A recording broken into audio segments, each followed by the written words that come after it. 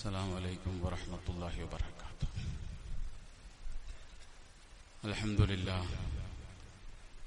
الحمد لله الذي هدانا لهذا وما كنا لنهتدي لولا أن هدانا الله، والصلاة والسلام على أشرف رسل الله وعلى آله وصحبه أجمعين الفائزين برضا الله. أما بعد، أعوذ بالله من الشيطان الرجيم. بسم الله الرحمن الرحيم. ولا تستوي الحسنة ولا السيئة ادفع بالتي هي أحسن فإذا الذي بينك وبينه عداوة كأنه ولي حميم وما يلقاها إلا الذين صبروا وما يلقاها إلا ذو حظ عظيم. ബഹുമാന്യരായ സഹോദരങ്ങളെ, സത്യവിശ്വാസികൾ, അല്ലാഹു സുബ്ഹാനഹു വ തആല നമ്മെ എല്ലാവരെയും അനുഗ്രഹിക്കുമാറാകട്ടെ. നമ്മിൽ നിന്ന് അറിഞ്ഞോ അറിയാതെ സംഭവിച്ച എല്ലാ ചെറുതും വലുതുമായ തെറ്റുകളും കുറ്റങ്ങളും പടച്ചോൻ മാപ്പാക്കി തരുമാറാകട്ടെ. ബാക്കിയുള്ള ആയുസ്സിൽ അല്ലാഹുവിനെ തഖ്വ ചെയ്ത് ജീവിക്കാനും അവസാന മുഅ്മിനായി ലോകത്തോട് വിട പറയാനും അല്ലാഹു നമ്മെ അനുഗ്രഹിക്കുമാറാകട്ടെ. നമുക്കും നാമുമായി ബന്ധപ്പെട്ട എല്ലാവർക്കും അല്ലാഹു സ്വർഗം നൽകി അനുഗ്രഹിക്കുമാറാകട്ടെ. രോഗം കൊണ്ട് പ്രയാസപ്പെടുന്നവർക്ക് അല്ലാഹു പരിപൂർണമായ ശിഫ നസീബാക്കുമാറാകട്ടെ. കടം കൊണ്ട് പ്രയാസപ്പെടുന്നവർക്ക് അല്ലാഹു കടം വീട്ടാനുള്ള മാർഗങ്ങൾ എളുപ്പമാക്കി കൊടുക്കുമാറാകട്ടെ.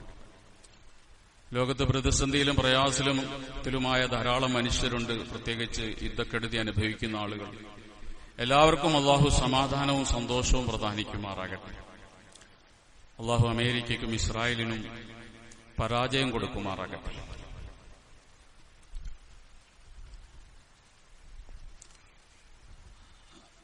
ആയിരത്തി 1935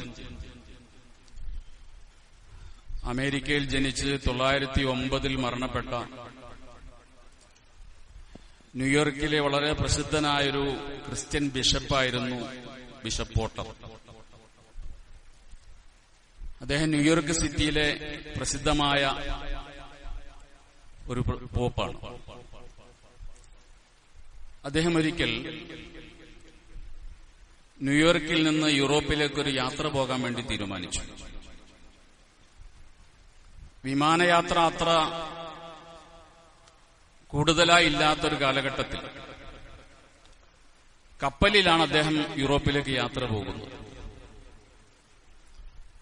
അങ്ങനെ അദ്ദേഹം സഞ്ചരിക്കേണ്ട കപ്പലിൽ കയറി അദ്ദേഹത്തിന് നിശ്ചയിക്കപ്പെട്ട ക്യാബിനിൽ അദ്ദേഹം എത്തി.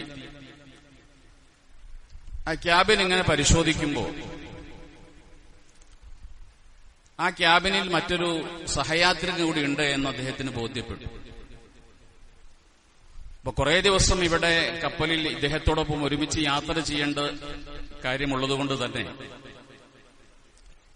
തന്റെ സഹയാത്രികനെ അദ്ദേഹം ഇങ്ങനെ ഒന്ന് നിരീക്ഷിച്ചു നോക്കി. ഈ ബിഷപ്പാണെങ്കിൽ അദ്ദേഹത്തിന്റെ ഔദ്യോഗിക വസ്ത്രങ്ങളൊന്നും ധരിച്ചിട്ടുമില്ല. സഹയാത്രികനെ നോക്കിയിട്ട് ഉടനെ തന്നെ അദ്ദേഹം തന്റെ കയ്യിൽ കിടന്ന വിലപിടിച്ച വാച്ചും അദ്ദേഹം ധരിച്ചിരുന്ന ആഭരണങ്ങളെല്ലാം കൂടി ഊരി കപ്പലിന്റെ ലോക്കർ സൂക്ഷിക്കുന്ന സ്ഥലത്ത് പ്രധാനപ്പെട്ട ഉദ്യോഗസ്ഥന്റെ അടുക്കൽ ചെന്ന് പറഞ്ഞു, എന്റെ ക്യാബിനിൽ ഒരു സഹയാത്രികനുണ്ട്. ഞാൻ അദ്ദേഹത്തിന്റെ മട്ടും ഭാവമൊക്കെ കണ്ടപ്പോ അദ്ദേഹത്തിന് വിശ്വസിക്കാൻ കൊള്ളാവുന്ന ഒരാളായിട്ട് എനിക്ക് തോന്നുന്നില്ല. അതുകൊണ്ട് എന്റെ വില പിടിച്ച സാധനങ്ങളെല്ലാം ഇവിടെ ലോക്കറിൽ സൂക്ഷിക്കണം. ഞാൻ ഇറങ്ങാൻ സമയത്ത് എനിക്ക് തന്നാൽ മതി. ഇങ്ങനെ പറഞ്ഞ ബിഷപ്പ് ലോക്കറിൽ സൂക്ഷിക്കാൻ വേണ്ടി കപ്പലിന്റെ ആ ഉദ്യോഗസ്ഥന്റെ അടുക്കലേക്ക് തന്റെ വില പിടിച്ച സാധനങ്ങളെല്ലാം കൈമാറിയ സമയത്ത് ആ ഉദ്യോഗസ്ഥൻ അത് സ്വീകരിച്ചുകൊണ്ട് പറഞ്ഞു, അങ്ങയുടെ വില പിടിച്ച വസ്തുക്കൾ ഇവിടെ സൂക്ഷിക്കുന്നതിന് വിരോധമൊന്നുമില്ല, ഇവിടെ സുരക്ഷിതമായിരിക്കും, അങ്ങ് ആവശ്യപ്പെടുന്ന സമയത്ത് തിരിച്ചു തരുകയും ചെയ്യും.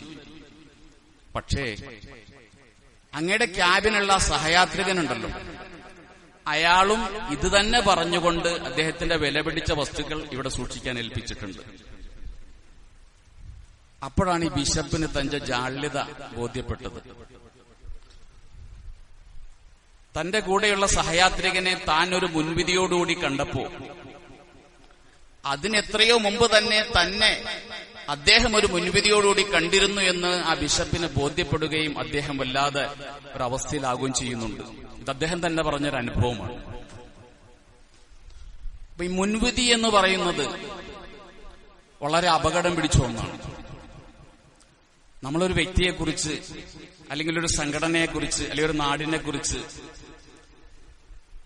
മുൻവിധിയോടുകൂടി ചില തീരുമാനങ്ങൾ എടുക്കുമ്പോൾ സത്യത്തിൽ നമ്മെക്കുറിച്ച് അവര് തന്നെ വേറെ ചില മുൻവിധികൾ എടുത്തിട്ടുണ്ടാകുമെന്നാണ് നമ്മൾ മനസ്സിലാക്കേണ്ടത്.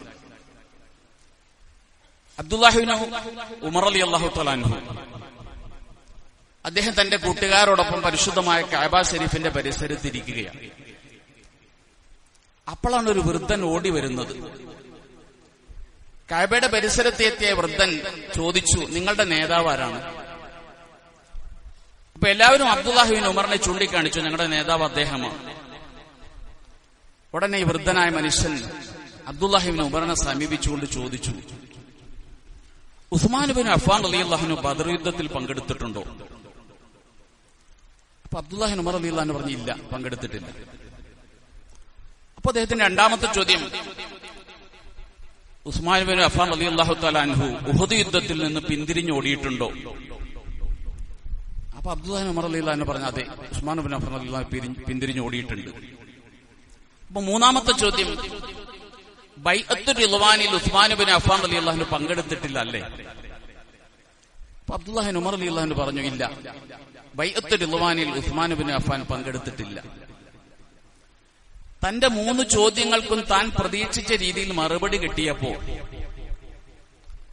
ആ വൃദ്ധനായ മനുഷ്യൻ അവിടെ നിന്നുകൊണ്ട് അല്ലാഹു അക്ബർ എന്ന് ഉറക്കെ തക്ബീർ ചൊല്ലിക്കൊണ്ട് പിന്തിരിഞ്ഞു പോകുന്നുണ്ട്.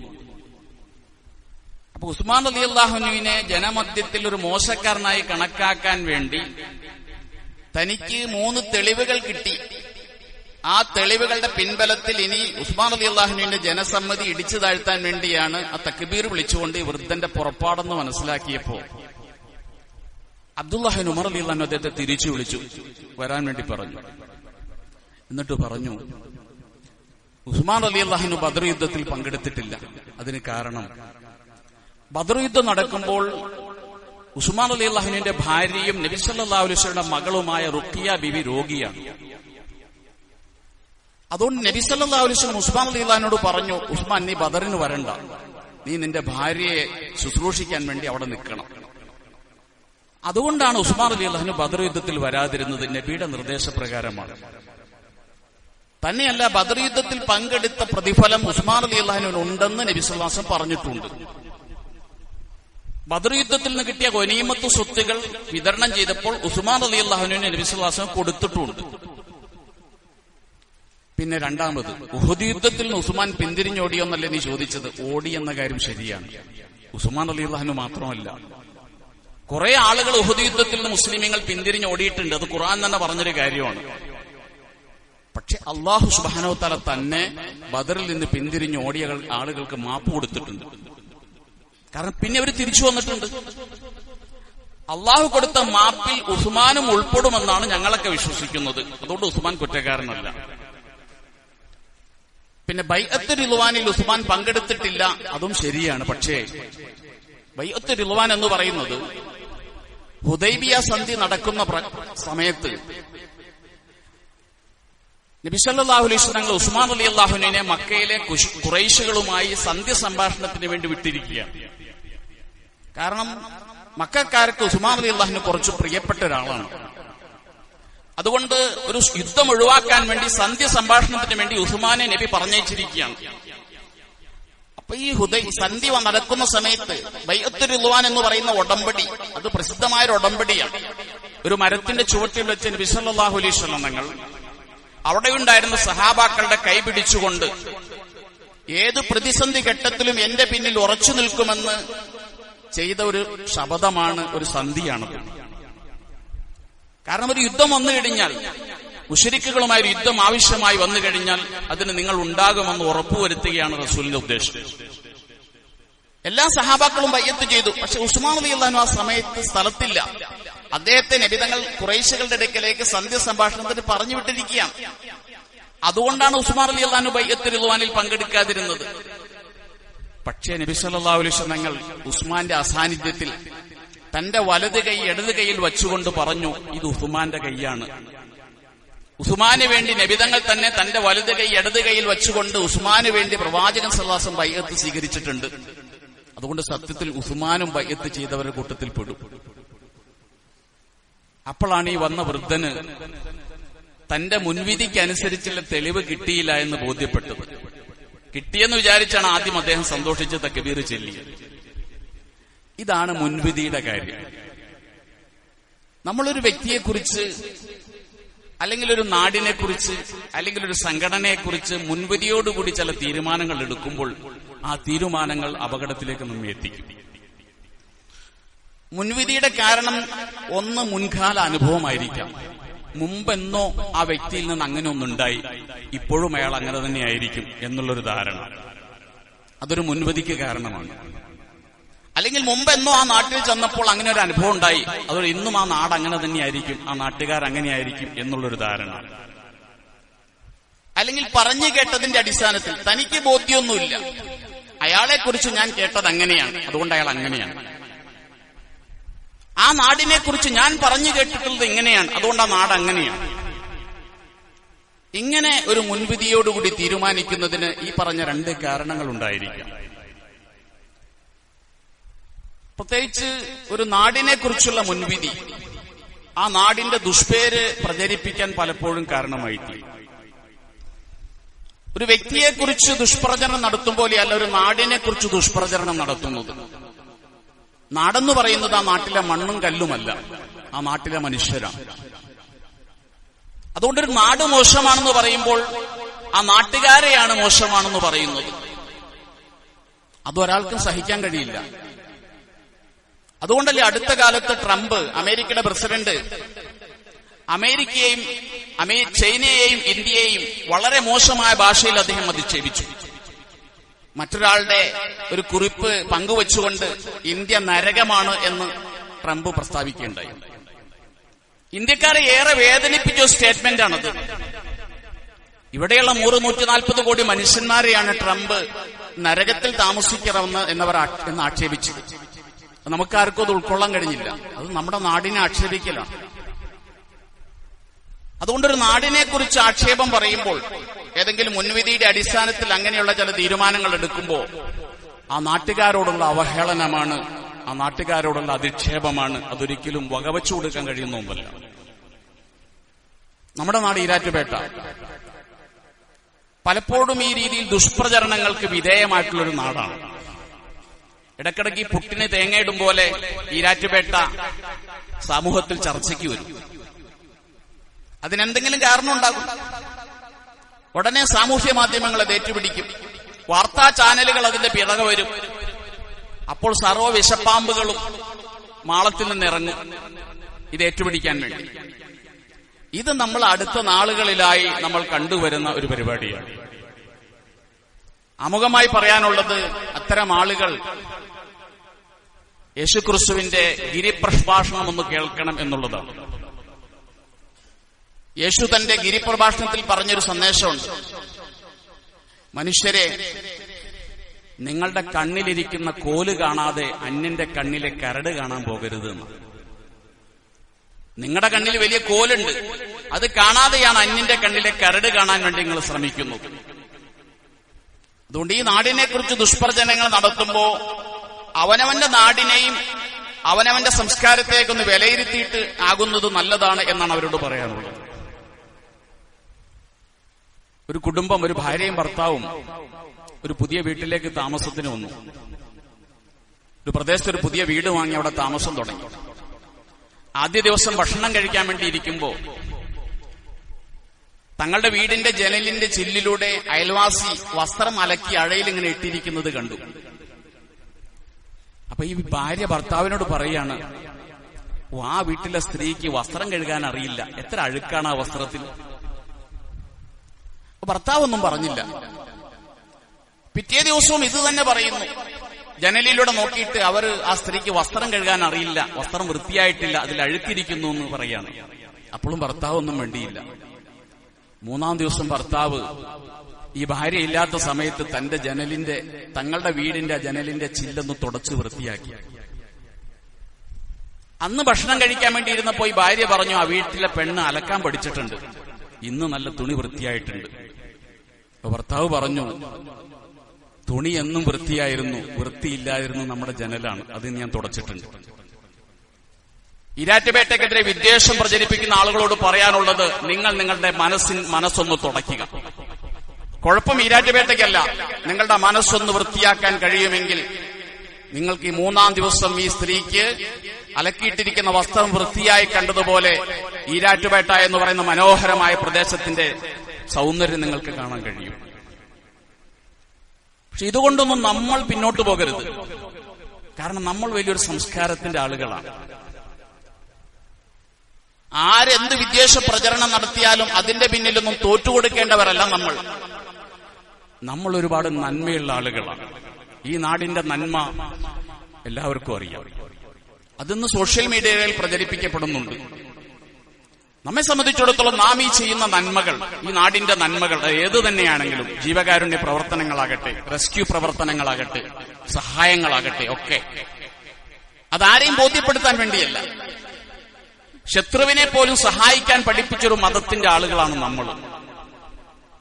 നബി തിരുമേനിയോടും അവിടുത്തെ സഹാബത്തിനോടും ഒടുങ്ങാത്ത ശത്രുതയുള്ള ഒരു ഗോത്രമായിരുന്നു മുളർ ഗോത്രം, അറബ് ഗോത്രം.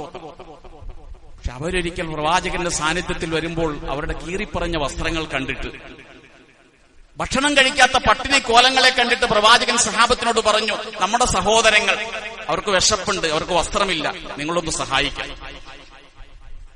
ബദ്ധശത്രുക്കളായ മുളർ ഗോത്രത്തിന് പോലും സഹായം കൊടുക്കാൻ വേണ്ടി പ്രേരിപ്പിച്ചൊരു പ്രവാചകന്റെ അനുയായികളായ നമ്മെ സംബന്ധിച്ചിടത്തോളം ഇതൊന്നും ആരെയും ബോധിപ്പിക്കാനായിരിക്കരുത്. ഇതൊക്കെ പടച്ചോന്റെ തൃപ്തി കിട്ടാൻ വേണ്ടി.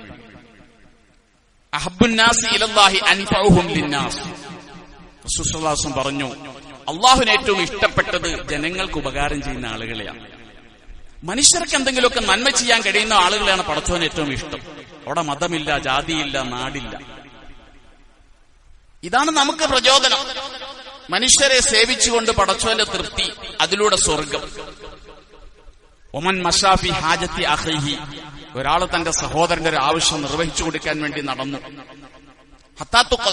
ആവശ്യം നിർവഹിച്ചു കൊടുത്തു, അതിനുവേണ്ടി ഒരാൾ സഹായിച്ചു, പരിശ്രമിച്ചു. റസൂൽ സല്ലല്ലാഹു അലൈഹി വസല്ലം പറഞ്ഞു, യുസബ്ബിതുല്ലാഹു ഖദമഹു യൗമ തസില്ലുൽ അഖ്ദാം. കാൽപാദങ്ങൾ ഇടറിപ്പോകുന്നൊരു ദിവസമുണ്ട് നാളെ മഹ്ശറയിൽ. സിറാത്തിന്റെ മുകളിലൂടെ നടക്കുമ്പോൾ അന്ന് അല്ലാഹു അവന്റെ കാൽപാദങ്ങളെ സിറാത്തിൽ ഉറപ്പിച്ചു നിർത്തും. മറ്റൊരാൾക്കൊരു സഹായം ചെയ്തു, അവനെ ഒന്ന് ഹെൽപ്പ് ചെയ്ത. ഇത് പഠിപ്പിച്ച പ്രവാചകന്റെ അനുയായികളാണ് നമ്മൾ.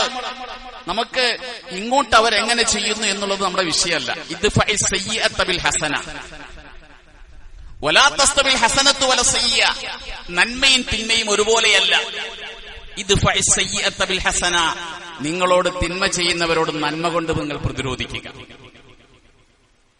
തിന്മ ചെയ്യുന്നവരോട് നന്മ കൊണ്ട് പ്രതിരോധിക്കാൻ പഠിപ്പിച്ച ഒരു വിശുദ്ധ ഖുർആനാണ് നമ്മുടെ കയ്യിലുള്ളത്. അതുകൊണ്ട് നമ്മൾ ഈ ചെയ്യുന്ന റെസ്ക്യൂ പ്രവർത്തനങ്ങൾ ആരെയും ബോധ്യപ്പെടുത്താനല്ല, അതെവിടെയും പോയി ചെയ്യണം. അതൊന്നും ആരും നിർത്തരുത്. ഫർള് നമസ്കാരം നിർവഹിച്ചുകൊണ്ടിരിക്കുമ്പോൾ ഒരു കണ്ണു കാണാത്തൊരു മനുഷ്യൻ ഒരു കിണറിലേക്ക് വീഴാൻ പോകുന്നു. ഇവൻ നിസ്കാരം പൂർത്തീകരിക്കാൻ നിന്നാൽ ആ മനുഷ്യന്റെ ജീവൻ നഷ്ടപ്പെടും. എന്താണ് അവിടെ വേണ്ടത്? ഇസ്ലാമിക കർമ്മശാസ്ത്രം പറയുന്നു, നമസ്കാരം അവസാനിപ്പിക്കണം, നിസ്കരിക്കണ്ട. ആ കിണറിൽ വീഴുന്ന മനുഷ്യനെ രക്ഷപ്പെടുത്തുകയാണ് വേണ്ടത്. എത്രമേൽ പ്രധാനപ്പെട്ടതാണ് 5 നേരത്തെ നിസ്കാരം. അതുപോലും ഒരു മനുഷ്യന്റെ ജീവന് വേണ്ടി, ആ മനുഷ്യൻ ആരുമാകട്ടെ, ആ മനുഷ്യന്റെ ജീവൻ രക്ഷിക്കാൻ വേണ്ടി മുറിക്കണമെന്ന് പഠിപ്പിച്ച, റെസ്ക്യൂ പ്രവർത്തനം ആരാധനയായി പഠിപ്പിക്കപ്പെട്ട, അതൊരു പുണ്യകർമ്മമായി പഠിപ്പിക്കപ്പെട്ട മതത്തിന്റെ അനുയായികളാണ് നമ്മൾ. അവിടെ ജാതിയോ മതമോ നോക്കേണ്ട കാര്യം നമുക്കില്ല. ഞാൻ ഓർക്കുകയാണ് 2ാം ലോക യുദ്ധത്തിന്റെ കാലഘട്ടം.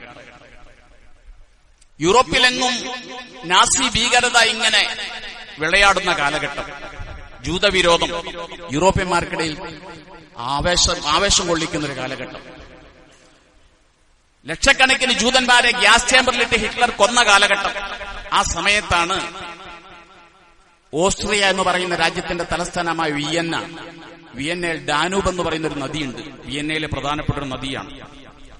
അവിടെ പ്രകൃതി കലിതുള്ളി, മഴ വല്ലാതെ പെയ്തു. ഡാനൂബ് നദി കരകവിഞ്ഞൊഴുകി. ആ സമയത്ത് ഈ വെള്ളപ്പൊക്കം കാണാൻ വേണ്ടി ആളുകൾ നദിക്കരികിൽ വന്നുകൂടി. ഒരാളുടെ കാല് വഴുതി അയാൾ ഡാനൂബ് നദിയിലേക്ക് വീണു. നൂറുകണക്കിന് ആളുകൾ നദിക്കരികിൽ നിൽക്കുന്നുണ്ട്. ആരും അദ്ദേഹത്തെ രക്ഷിക്കാൻ വേണ്ടി പുഴയിലേക്ക് ചാടിയില്ല. ഒരു മനുഷ്യൻ തന്റെ സൂട്ടും കോട്ടും അഴിച്ചുവെച്ച് പുഴയിലേക്ക് വീണ് പുഴയിലേക്ക് ചാടി ആ മനുഷ്യനെ രക്ഷിക്കാൻ വേണ്ടി ശ്രമിക്കുമ്പോൾ ആ ആൾക്കൂട്ടം ഒന്നടങ്കം വിളിച്ചു പറഞ്ഞു, ചാടരുത് നീ, അവൻ പോകട്ടെ, അവൻ മരിക്കട്ടെ, അവൻ ജൂതനാണ്, ജൂതൻ ചാകട്ടെ, ആ പട്ടി ചാകട്ടെ, അവന് വേണ്ടി നിന്റെ ജീവൻ കളയരുതെന്ന് ഡാനൂബ് നദിയിലേക്ക് ചാടാൻ തയ്യാറായ ആ പുരുഷനോട്, ആ മനുഷ്യനോട് പറഞ്ഞു. പക്ഷെ അയാള് തന്റെ സൂട്ടും കോട്ടും അഴിച്ചുവെച്ച് ആ യുവാവ് ഡാനൂബ് നദിയിലേക്ക് ചാടി. താന്നുകൊണ്ടിരിക്കുന്ന ആ മനുഷ്യനെ രക്ഷപ്പെടുത്തി കരയ്ക്ക് കൊണ്ടുവന്നു നോക്കുമ്പോൾ ആ കൂടി നിന്ന ജനമെല്ലാം ഒരുമിച്ച് പറഞ്ഞു, ദൈവമേ, ഇയാൾ മരിച്ചുപോയിരുന്നെങ്കിൽ ഇയാൾ ഒരു ജർമ്മൻകാരനാണ്, ഇയാൾ ജൂതനല്ല. ജൂതനാണെന്ന് വിചാരിച്ചാണ് അവൻ ചാവട്ടെ എന്ന് പറഞ്ഞത്, അവനെ രക്ഷപ്പെടുത്തണ്ടെന്ന് പറഞ്ഞത്. അതുകൊണ്ടാണ് ഞങ്ങളാരും രക്ഷപ്പെടുത്താതിരുന്നത്. നോക്കുമ്പോൾ ഇവനൊരു ജൂതനാണ്, ഇവനൊരു ജർമ്മൻകാരനാണ്, ജൂതനല്ല സത്യത്തിൽ. അപ്പോൾ ഈ യുവാവ് രക്ഷപ്പെടുത്തി. യുവാവ് തന്റെ സൂട്ടും കോട്ടും ഇട്ടുകൊണ്ട് പതുക്കെ നടന്നു നീങ്ങിയിട്ട് പറഞ്ഞു, അവൻ ജർമ്മൻകാരനാണ്, പക്ഷെ ഞാൻ ജൂതനാണ്. ഞാൻ അവന്റെ മതം നോക്കിയിട്ടല്ല രക്ഷപ്പെടുത്തിയത്, എനിക്കറിയാമായിരുന്നു അവൻ ജർമ്മൻകാരനാണെന്ന്. ഞാൻ അവനെ രക്ഷപ്പെടുത്തിയത് ഞാൻ ജൂതനായിട്ടും എന്റെ മതം നോക്കിയിട്ടല്ല. അതുകൊണ്ട് സഹോദരങ്ങളെ, ഇതൊന്നും മതം നോക്കേണ്ട കാര്യമല്ല. റെസ്ക്യൂ പ്രവർത്തനങ്ങൾ മതം നോക്കി ചെയ്യേണ്ട കാര്യവുമല്ല നമ്മൾ ചെയ്യുന്ന സേവനം. ഒരിക്കൽ ലണ്ടനിൽ ഒരു സമ്പന്ന കുടുംബം ഒരു വാരാന്ത്യത്തിൽ വിശ്രമിക്കാൻ വേണ്ടി ഒരു തോട്ടത്തിൽ വന്ന് വിശ്രമിച്ചുകൊണ്ടിരിക്കുകയാണ്. വിശ്രമിക്കുന്നതിനിടയിൽ ഇവരുടെ ഒരു കൊച്ചുകുട്ടി അവിടെ ഒരു കുളത്തിലേക്ക് നീന്താൻ വേണ്ടി ഇറങ്ങി. കുട്ടിക്ക് കാര്യമായ നീന്തൽ അറിയില്ല. നീന്തിക്കൊണ്ടിരിക്കുമ്പോൾ ഈ കുട്ടി വെള്ളത്തിൽ ഇങ്ങനെ മുങ്ങി താഴുകയാണ്. അപ്പോൾ ഈ തോട്ടം ജോലിക്കാരന്റെ കുട്ടി ഇത് കണ്ടു. ഒരു കുട്ടി വെള്ളത്തിൽ മുങ്ങിത്താഴുന്നത് കണ്ടു. അവനുടനെ വെള്ളത്തിലേക്ക് വീണു, ആ കുട്ടിയെ രക്ഷപ്പെടുത്തി. ഇതറിഞ്ഞ ആ സമ്പന്ന കുടുംബത്തിന് വലിയ സന്തോഷമായി, ഞങ്ങളുടെ മകൻ രക്ഷപ്പെട്ടല്ലോ. അപ്പോൾ ചോദിച്ചു, എന്താണ് ഞങ്ങൾ ഇതിന് പ്രത്യുപകാരമായി ചെയ്യേണ്ടത്? ഞങ്ങളുടെ മകനെ രക്ഷപ്പെടുത്തിയ കുട്ടിക്ക് വലിയൊരു സഹായം ചെയ്യാൻ ഉദ്ദേശിക്കുന്നുണ്ട്. അപ്പോൾ ആ തോട്ടം ജീവനക്കാരൻ പറഞ്ഞു, എന്റെ മകൻ പഠിക്കാൻ മിടുക്കനാണ്, നിങ്ങൾക്ക് കഴിയുമെങ്കിൽ അവനൊരു വിദ്യാഭ്യാസ സഹായം ചെയ്താൽ മതി. ഈ സമ്പന്ന കുടുംബം തങ്ങളുടെ മകൻ രക്ഷപ്പെട്ട സന്തോഷത്തിൽ ആ കുട്ടിയെ പഠിപ്പിക്കാൻ വേണ്ടി തീരുമാനിച്ചു. ആ കുട്ടിക്ക് വലിയ വിദ്യാഭ്യാസം കൊടുത്തു. ആ കുട്ടിയാണ് പിന്നീട് പെൻസിലും കണ്ടുപിടിച്ച അലക്സാണ്ടർ ഫ്ലെമിംഗ്. അന്ന് ആ കുട്ടി രക്ഷപ്പെടുത്തിയ കുട്ടിയാണ് പഠിച്ച് വലുതായി പെൻസിലും കണ്ടുപിടിച്ച അലക്സാണ്ടർ ഫ്ലെമിംഗ് ആയി മാറിയത്. അന്ന് രക്ഷപ്പെട്ട കുട്ടിയാണ് ലണ്ടനിന്റെ ബ്രിട്ടന്റെ പ്രസിഡന്റായി മാറിയ വിൻസ്റ്റൺ ചർച്ചിൽ. നമ്മൾ ആലോചിച്ചു, അന്ന് ആ കുട്ടി മുങ്ങിച്ചാകട്ടെ എന്ന് വിചാരിച്ചിരുന്നെങ്കിൽ ചർച്ചിൽ ലോകത്തുണ്ടാകുമായിരുന്നില്ല. രക്ഷപ്പെടുത്താൻ ശ്രമിച്ചില്ലെങ്കിൽ പെൻസിലും കണ്ടുപിടിച്ച മഹാനായ ശാസ്ത്രജ്ഞ ലോകത്തുണ്ടാകുമായിരുന്നില്ല. അതുകൊണ്ട് അപകടത്തിൽപ്പെടുന്ന ഓരോ മനുഷ്യനും ഇങ്ങനെ വലിയൊരു ഭാവി ഉണ്ടാകാം. നമ്മൾ ആരുടെയും ജീവൻ വെച്ച് പന്താടരുത്. ഒരു മനുഷ്യനെ രക്ഷപ്പെടുത്താൻ കഴിയുമെങ്കിൽ രക്ഷപ്പെടുത്തുക തന്നെ. പിന്നെ കുറ്റപ്പെടുത്തുന്ന ആളുകൾക്ക് ഒരു നാടിനെ ആക്ഷേപിക്കാൻ ഒരു വിഭാഗം തീരുമാനിച്ചാൽ അവരെ സംബന്ധിച്ചിടത്തോളം നമുക്കൊന്നേ പറയാനുള്ളൂ, ക്ഷീരമുള്ള അകിടിൻ ചുവട്ടിലും ചോര തന്നെ കൊതുകിന് കൗതുകം. നിങ്ങൾക്ക് ചോര വേണം, നിങ്ങൾ ആ ചോരയ്ക്ക് വേണ്ടി കൊതിക്കുന്നു, നിങ്ങൾക്ക് ചോര കുടിക്കാം, അത്രേ പറയാനുള്ളൂ. പിന്നെ ഞങ്ങൾ ചെയ്യുന്ന നന്മ, ഞങ്ങൾ ആളുകളെ സഹായിക്കുമ്പോൾ നിങ്ങൾ പറയും, അത് സ്വർണ്ണക്കടത്തിയ പൈസ ഒരുപാട് ഈരാറ്റുപേട്ടക്കാരുടെ കയ്യിലുണ്ട്, പിന്നെ കൊടുക്കാൻ പാടില്ലെന്ന് ചോദിക്കും. കൊടുത്തില്ലെങ്കിൽ പറയും, ഇമാരുടെ കയ്യിൽ ഒരുപാട് കാശുണ്ട്, ഇമാരൊന്നും കൊടുക്കൂല എന്ന് പറയും. എന്തെങ്കിലും ഉപകാരം ചെയ്താൽ പറയും, ഇവരുടെ തീവ്രവാദ പ്രവർത്തനം മറയ്ക്കാൻ വേണ്ടിയാണ് ഇവർ ചെയ്യുന്ന നന്മകൾ എന്നൊക്കെ പറയും. നിങ്ങളെ തൃപ്തിപ്പെടുത്തിയിട്ട് ഈ ലോകത്തൊന്നും ചെയ്യാൻ കഴിയില്ല. നിങ്ങൾക്ക് വേണ്ടത് ഞങ്ങൾക്ക് വേണ്ടതെന്ന് കൃത്യമായി ഞങ്ങൾക്കറിയാം. നിങ്ങളുടെ ഈ പ്രശ്നത്തിന്റെ യഥാർത്ഥ കാരണം ഞങ്ങൾക്കറിയാം. വലൻ തർല അങ്കൽ യഹൂദു വലൻ നസാറ ഹത്താ തത്തബിയ മില്ലത്തഹും. നിങ്ങൾക്ക് പ്രശ്നം ഈരാറ്റുപേട്ടയുടെ മണ്ണല്ല, ഈരാറ്റുപേട്ടയുടെ മതമാണ്. ഈ നാട്ടിലെ ഭൂരിപക്ഷത്തിന്റെ മതമാണ് നിങ്ങളുടെ പ്രശ്നമെന്ന് ഞങ്ങൾക്കറിയാം. ആ ആഗ്രഹം സബലീകരിക്കാൻ പോകുന്നതേയില്ല. ജൂതനസാറാക്കൾ നിങ്ങളെ അംഗീകരിക്കുകയില്ല, നിങ്ങളെ മതം നിങ്ങൾ വിടുന്നതുവരെ എന്ന് ഖുർആൻ തന്നെ പറയുന്നു. ഞാൻ ഓർക്കുകയാണ്, ഉമർ ഇബ്നുൽ ഖത്താബ് റളിയല്ലാഹു അൻഹു ഭരിക്കുന്ന കാലഘട്ടം. ഈജിപ്ത് അന്ന് ഇസ്ലാമിന് കീഴിലേക്ക് വരുന്നു. അംർ ഇബ്നുൽ ആസ് റളിയല്ലാഹു അൻഹു ആണ് ഈജിപ്തിന്റെ ഗവർണർ. അവിടെ ധാരാളം ക്രിസ്ത്യാനികളുണ്ട്, കോപ്റ്റിക് ക്രിസ്ത്യാനികൾ. അംർ ഇബ്നുൽ ആസ് റളിയല്ലാഹു അൻഹു പറഞ്ഞു, ഈജിപ്തിന്റെ ഇസ്ലാമിക് ഭരണത്തിന് കീഴിലാണ്, പക്ഷേ ഇവിടെയുള്ള ക്രൈസ്തവർക്ക് മതസ്വാതന്ത്ര്യമുണ്ട്, സഹനവും സംയമനവും നമ്മൾ പാലിക്കുക. ഞാൻ എന്റെ ജീവിതത്തിൽ മുഖത്തു നോക്കി എന്നെ ഒരാൾ തീവ്രവാദി എന്ന് വിളിച്ചിട്ടുണ്ടെങ്കിൽ അത് ഈരാറ്റുപേട്ടയുടെ അഡ്രസ്സിലാണ്. പക്ഷെ ഞാനൊന്ന് പ്രതികരിച്ചിട്ടില്ല. ഞാനൊരിക്കൽ ബസ് യാത്ര ചെയ്ത് ഇങ്ങനെ തൊടുപുഴന്ന് വരുന്ന സമയത്ത് എന്റെ കൂടെ ഒരാൾ ബസ്സിൽ കയറി എന്റെ അടുത്തിരുന്നു. അയാളുടെ ഇരിപ്പ് കണ്ടപ്പോൾ തന്നെ മനസ്സിലായി അയാളുടെ ഒരു അസ്വാഭാവികത എനിക്ക് ബോധ്യപ്പെട്ടു. പക്ഷെ അതൊന്നും ചെയ്തില്ല. അവസാനം ബസ് നിർത്തി ഇറങ്ങിപ്പോയി. ബസ്സിൽ നിന്ന് അയാൾ ഇറങ്ങിക്കഴിഞ്ഞപ്പോൾ എന്റെ മുഖത്ത് നോക്കിയിട്ട് അയാൾ വിളിച്ചു ഈരാറ്റുപേട്ടക്കാരാ തീവ്രവാദി എന്ന് വിളിച്ചു. എനിക്ക് വേണമെങ്കിൽ അതൊരു പ്രശ്നമാക്കാമായിരുന്നു, അയാളുടെ വീഡിയോ പിടിച്ചിട്ടൊരു പ്രശ്നമാക്കായിരുന്നു. ഞാൻ അയാളുടെ നേരെ ഒന്ന് ചിരിച്ചു കാണിച്ചു. അപ്പോൾ വീണ്ടും വിളിച്ചു ഈരാറ്റുപേട്ടക്കാരാ തീവ്രവാദി എന്ന് വിളിച്ചു. ബസ് ബെല്ലടിച്ചു, ഇതിൽ പോരുകയും ചെയ്തു. ഞാൻ എന്റെ 5 പതിറ്റാണ്ട് ജീവിതത്തിലേക്ക് തീവ്രവാദി എന്നൊരാളെ മുഖത്ത് നോക്കി എന്നെ വിളിച്ചിട്ടുണ്ടെങ്കിൽ ഈ ഈരാറ്റുപേട്ട അഡ്രസ്സിൽ ഞാൻ ഈരാറ്റുപേട്ടക്കാരനും കൂടിയല്ല. അതുകൊണ്ട് പ്രശ്നങ്ങൾ നമ്മൾ ഉണ്ടാക്കാൻ എളുപ്പമാണ്. സംയമനം പാലിക്കലാണ് ഏറ്റവും നല്ലത്. പ്രശ്നങ്ങളെ ഒടുക്കാമെന്ന് ശ്രമിക്കുക. മിഫ്താഹുൽ ഖൈർ, നന്മയുടെ താക്കോലുകളാകുക, തിന്മയുടെ പൂട്ടുകളായി മാറാൻ വേണ്ടി ശ്രമിക്കുക. നീതിയുടെ ഭാഗത്ത് നിൽക്കുക. അനീതി ഒരിക്കലും നമ്മുടെ ഭാഗത്തുണ്ടാകാതിരിക്കുക. നമ്മളൊരു മധ്യമ സമുദായമാണ്, നമ്മളൊരു ഹൈർ ഉമ്മത്താണെന്നുള്ള ബോധ്യം എല്ലാവർക്കും ഉണ്ടായിരിക്കും. അതുകൊണ്ട് ഇനിയും ഈ നാടിനെ ദുഷ്പേര് കൽപ്പിക്കാൻ നമ്മൾ ആരും കാരണക്കാരാകരുത്. നമ്മുടെ മക്കളെ നമ്മൾ പറഞ്ഞ് ബോധ്യപ്പെടുത്തുക. നിയമവിരുദ്ധമായ പ്രവർത്തനങ്ങളിൽ മക്കൾ മാറി നിൽക്കട്ടെ. അള്ളാഹു അനുഗ്രഹിക്കുമാറാകട്ടെ. വാഖിറു ദഅവതി അൽഹംദുലില്ലാഹി റബ്ബിൽ ആലമീൻ.